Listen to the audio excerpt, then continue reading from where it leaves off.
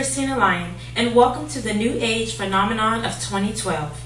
As we rapidly approach 2012, many people are going to open up and try to convince us that the world will end in 2012. There are many predictions on how the world would end, such as the arrival of Planet X Nibiru, which was spotted by astronomers in the early 1980s in the outermost reaches of the solar system. Planet X was spotted in the Kuiper's belt, and now it is speeding right towards us and will enter the inner solar system in 2012. The effects of this will kill millions and billions of people. Global warming will increase. Earthquakes, droughts, famine, wars, social collapse, even killer solar flares will be caused by the blasting through the core of the solar system. Some believe that an asteroid will hit the Earth and destroy it, but most people believe that the Earth will experience a devastating pole shift, and this is caused by the Earth's alignment with the center of the Milky Way galaxy that will cause natural disasters of the unprecedented magnitude. This galactic alignment occurs only once every 26,000 years, and was one of the ancient Maya were pointing to with the 2012 end date of their long count calendar. The Mayans are often recognized as being one of the most advanced of all cultures found in the world. They are credited of being the first culture in the New World to utilize a fully developed written language, as well as being the creators in improving art, architecture, and the science of mathematics and astronomy. The Mayans' culture promoted the functions of the creations of many of the other cultures in their area and finding ways to improve upon the basic developments. The influence of the Maya can be found in many places around Mexico and other parts of Central America, with artifacts that are of Mayan origin being found as far as central Mexico. The Mayan culture is usually dated from 250 to 900 in the Common Era. Mayans began to develop urban centers during this time, which were focused on the pursuit of artistic and intellectual development. Written documents demonstrated a highly developed method of communications among these people. Engineering was also established at this time, such as the construction of pyramids in the city-states. The Mayans also had a desire to develop and preserve personal and cultural histories. The stone monuments carved their century events, calendars, and astronomy knowledge in carved slabs of stone that are known as stelae, that have survived throughout the years, and pictures to tell the stories and descent of important rulers of the time, as well as preserve the stories of their triumphs in battle. The Maya calendar uses 3 different dating systems in parallel: the long count, the Zolkin divine calendar, and the silver calendar Hab. The Hab has a direct relationship to the length of the year. The pyramid Kukulkan at Chichen Itza, constructed circa 1050, was built during the late Mayan period, when Toltecs from Tula became politically powerful. The pyramid was used as a calendar, 4 stairways on each side of the pyramid, with a total of 91 steps, and a platform at the top, which is a total of 365, equivalent to the number of days in a calendar year. The Mayan calendar was adopted by the other Mesoamerican nations, such as the Aztecs and the Toltec, which adopted the methods of the calendar and changed the names of the days, of the weeks, and the months. The Mayans found it very important in recording their history. They were not the first civilization to ever use a calendar. They did invent 4 separate calendars that lasted for discrete time periods. The Mayans used different calendars, or some combination of 2 calendars, to record each event. The Mesoamericans began writing during this mid-pre-classic period. The Mayans were the first to keep any sort of historical record, and that's how the beginning of the calendar was born. Earth is already showing many signs of the worldwide climate change. Evidence continues to support that some type of warming is occurring, either temporarily or longer duration. Average temperatures have climbed 1.4 degrees Fahrenheit and 0.8 degrees Celsius around the world since 1880.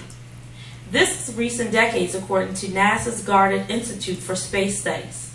The 20th century's last 2 decades were the hottest in 400 years, possibly was the warmest for several millennia, according to climate studies. The United Nations Intergovernmental Panel on Climate Change, IPCC, reports that 11 of past 12 years are among the dozen warmest since 1850. The Arctic is feeling the most effects of global warming. The average temperatures in Canada, Alaska, western and eastern Russia have raised twice the global average, according to the multinational Arctic Climate Impact Assessment Report compiled between 2000 and 2004. Glaciers and mountain snows are rapidly melting. Montana's Glacier National Park now only has 27 glaciers as opposed to 150 in 1910. In the northern hemisphere, warm-ups also come a week earlier in the spring, and freezes begin a week later. The Arctic ice is rapidly disappearing, and the region may have its first completely ice-free summer by 2040 or earlier. Polar bears and indigenous cultures are already suffering from the sea ice loss. Coral reefs, which are highly sensitive to small changes in water temperatures, suffered the worst bleaching or die off in response to stress ever recorded in 1998, with some areas seeing bleach rates of 70%. Experts expect these events to increase in frequency and intensity in the next 50 years as the sea temperatures rise. As a surge in the amount of extreme weather events, such as wildfires, heat waves, and strong tropical storms, is also attributed in part of the climate change by some experts. Al Gore, former Vice President of the United States, in 2006 released a book and movie called An Inconvenient Truth, which pressed the case of global warming. His cases of man actions in the burning fossil fuels are projected to increase the concentration of carbon dioxide in the atmosphere to the highest levels in history. He stated that uncontrolled releases of carbon dioxide will eventually melt the polar caps completely, raising sea levels in many coastal communities like New York and New Orleans and Los Angeles, and drastically changing agricultural patterns because of redistribution of temperature and precipitation. In conclusion, many scholars believe that the upcoming end of the long count calendar, along with the hard economic times, changing global conditions, and military tensions around the world is merely a unique opportunity for some to cash in consequent coincidence, much like those that predicted the Y2K chaos. Long count calendar is set to end on December 21st, 2012 at 11:11 p.m. after 5,126 years. Certainly, there is a lot of proof and evidence that the world is providing hints to us to prepare us for the end. It is clear that soon there will be no more times and seasons. Do any of you guys have any questions for me? Sir?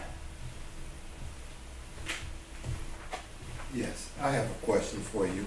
I'd like to just find out, excuse me, I'd like to just know, if I'm a person that doesn't really believe in this, what kind of evidence do you have that will let me know that I should start to prepare for something to happen at the end of 2012? I think that you should live your life to the fullest. And I wouldn't worry about it every day, but there are some proofs, again, that shows that the world is having the changes.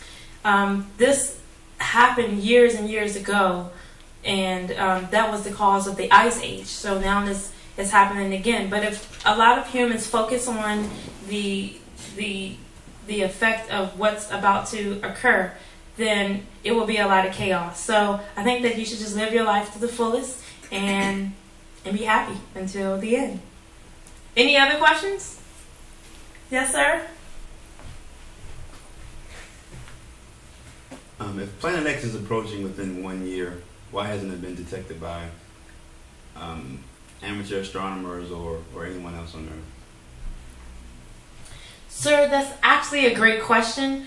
Well, there are many different theories on what Planet X actually is. Some believe it's a planet similar to our own, while others believe it is actually a brown dwarf star, which has yet to ignite and therefore does not emit any light, which means it cannot be detected by the human eye. Only the effects it has on the nearby agents, such as gravitational pull, can be detected, and this is how we know of its existence.